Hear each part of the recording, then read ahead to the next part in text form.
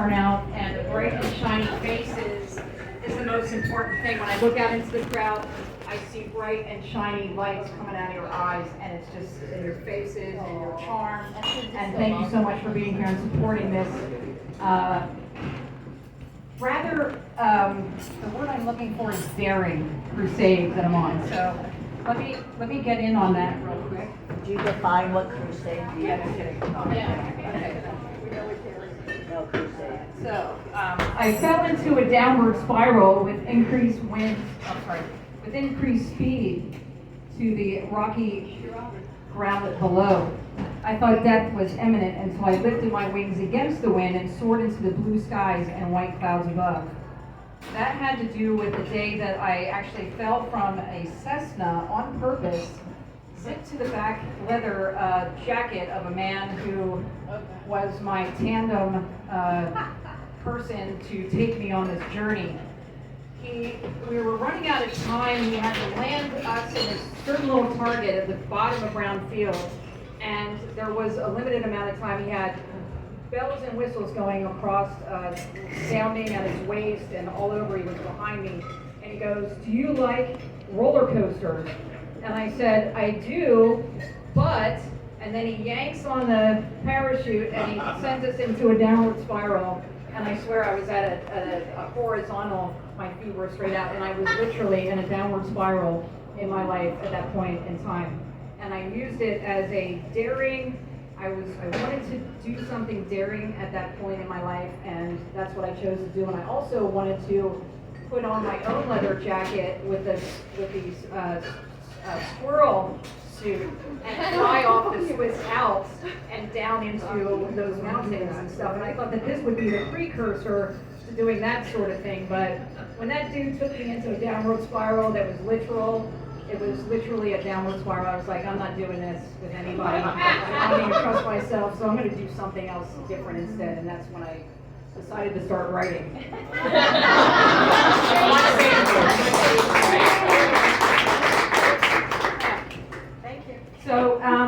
So then what I decided to write about was an extension of a 1980 St. Valentine's Day writing assignment that included, what would you do in your life if you were struck by Cupid's arrow and you could do anything with your life that you wanted to do?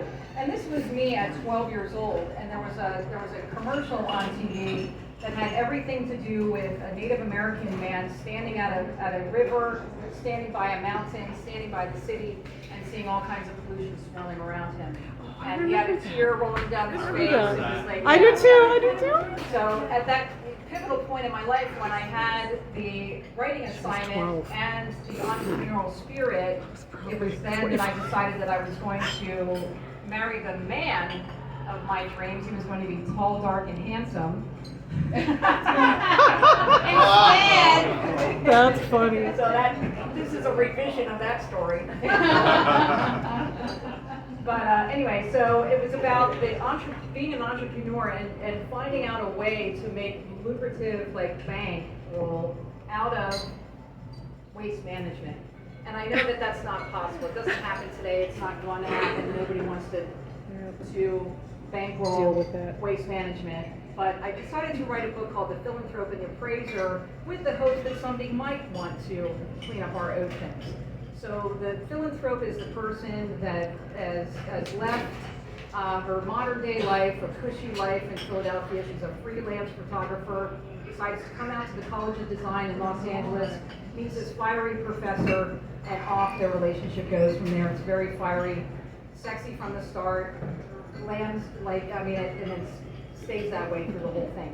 I have ADD. I've never been diagnosed, clinically for it, but my chapters are real short. They're like maybe a paragraph or two. It takes 4 to 5 hours at the most to read this book. It's going to be fun. I hope you guys enjoy it. But just do know that it is very sexy and saucy and crazy. Yeah! All right.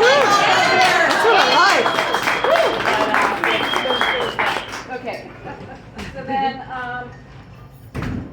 I just wanted to say, if you did have a bunch of money, what would you do with it? Who are you going to help with it? What's the most helpful thing that you can do? And what are you going to change if you were going to decide to do do something philanthropic, what would you do with that for you? So I do want to read from the book. I'm going to start on page 3 for anybody who wants to follow along. I feel like I'm at a sermon for a Bible.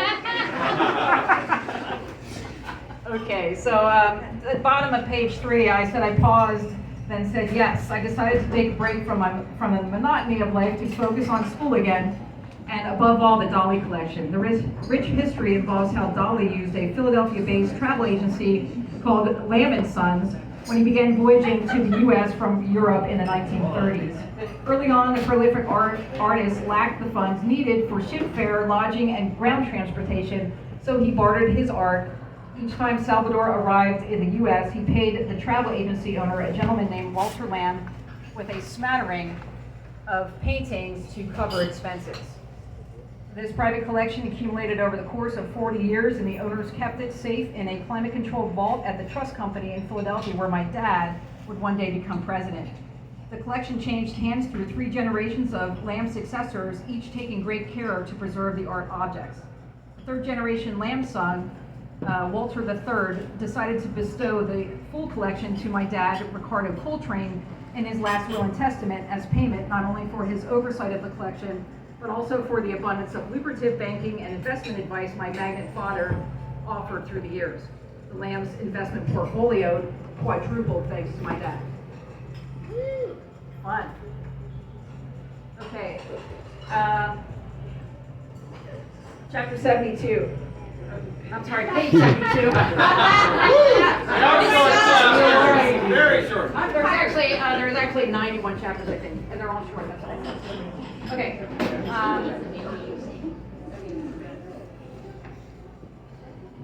So Charlie's close-knit friends became my chums through the years, too. We cooked up a storm and featured Julie's best dish, ratatouille. Everybody loved the terrific garlic-flavored vegetables, while Julie and I cooked to perfection. The French wine and fruit tarts for dessert complemented the entire meal. Julie and I cleaned the table and asked Mom and her friends to enjoy themselves and let us tidy up the dining room and the kitchen. Julie and I worked close together to scrub the pans, wash and dry the dishes, and put everything away. By the time everyone rose to leave, the kitchen sparkled, and I couldn't wait to mess around with Julie in my own bedroom.